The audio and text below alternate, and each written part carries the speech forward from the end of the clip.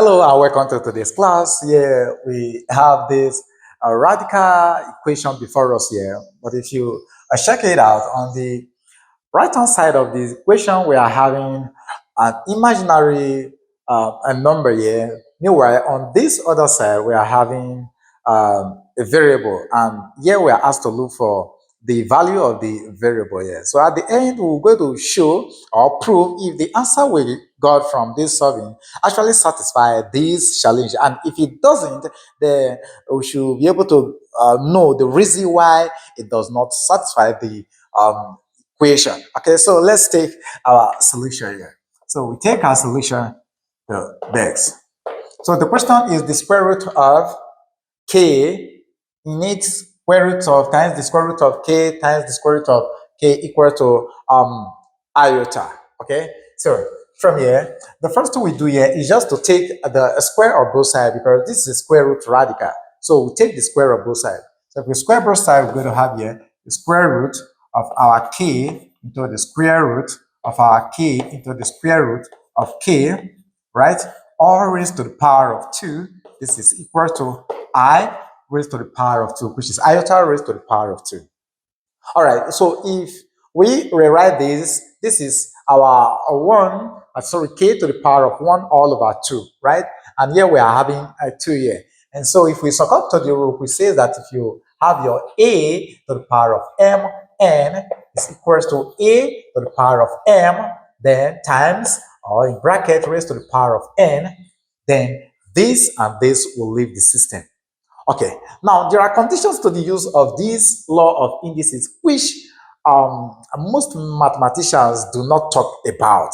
Okay, there are conditions to the use of this, and that is one of the conditions we're going to use to verify if the answer we got from here actually satisfies this equation. So with this, what happened? This we go with this. So we are now left with our k times the root, square root of k into square root of k equal to our iota raised to power 2. Now let's keep this very expression here now, because we know that our iota, or the square root of -1, is equals to iota. So if we square both sides of this equation, so we're going to have here this square, so we have -1 is equals to iota to the power of 2. So we are saying that -1 is equals to iota to the power of 2. But because this is imaginary number, we are in the imaginary world, not the real world. And so let's keep this, and we share that at the end of the day. So from here, what we do again is to take the square of both sides again. So let's square this, then we call it square this. So if we square this is going to give us our k times this, we go with this. So we have k, this now be raised to power 2, because this square is affecting everything here, then into the square root of k is equals to iota to the power of 2, all raised to the power of 2. There's a reason why I'm still keeping this side of this equation, okay? So again, to eliminate this last radical, we take the square of both sides again. So let's square this again, then we equally square this again. So this is going to give us our k raised to the power of 4, then times k raised to the power of 2, then times our k. This is equal to bracket our I raised to the power of 2, close bracket, to raised to the power of 2.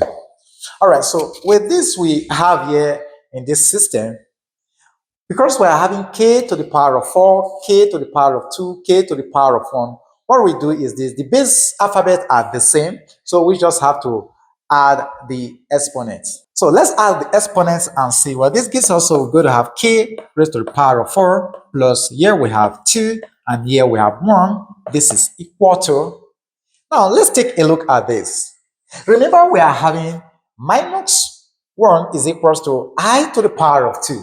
So we can actually replace this with I to the power of 2. So this is going to give us I to the power of 2 can replace by -1. So we have -1 all raised to the power of 2 times 2 will give us here 4.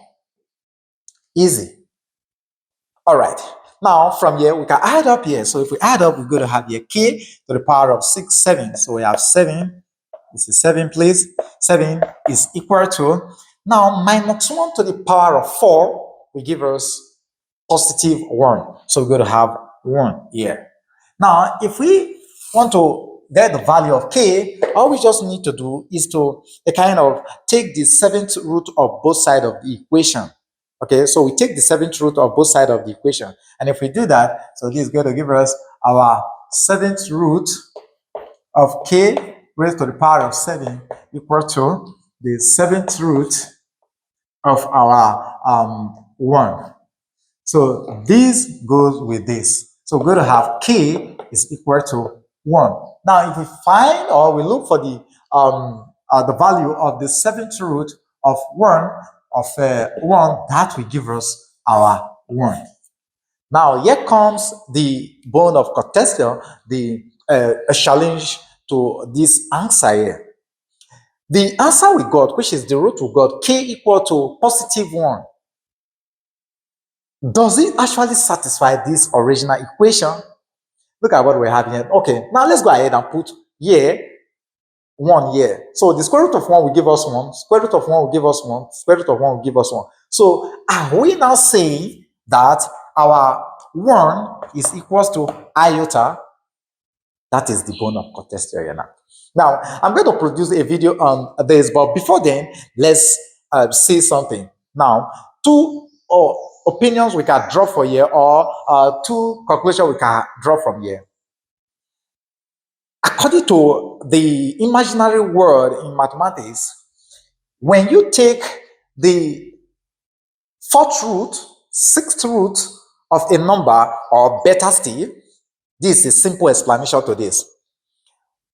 If I have here iota to the power of 2, and I'm having 2 times 2, which is 4.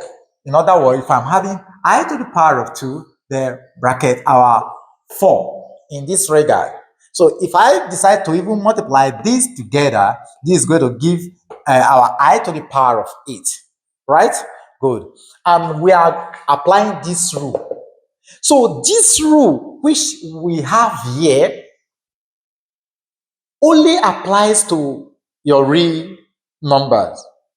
It applies to your real world. So it doesn't apply to the imaginary world. Okay? So this actually will not work out. This expression we have here now does not work out in the imaginary world. It doesn't work out. So the condition to the use of this law is that your A, M, N must belong to the real number. Must belong to the real number. And again, your A, M, the N actually must supposed to be greater than 0. Must be greater than 0. But this is not a real number. And so this expression we have in here, down here, does not work out here. And so I'm of the opinion that this answer, which is 1, is extraneous. This is extraneous. This is extraneous. Okay? I know most persons or many persons may contest this, that your 1 is equals to iota. No. Okay? It is not true. So if you have a contrary view to the answer here, or this expression we have here now, so I am saying that this is not equal to iota. So 1 is not equal to iota. All right, although I'm going to make another video to clarify that 1 is not equal to iota. I'll make another video on that. So this brings us to the end of this math class. If you learned something from the video, do not forget to give the video a thumbs up. See you in our next class. Bye.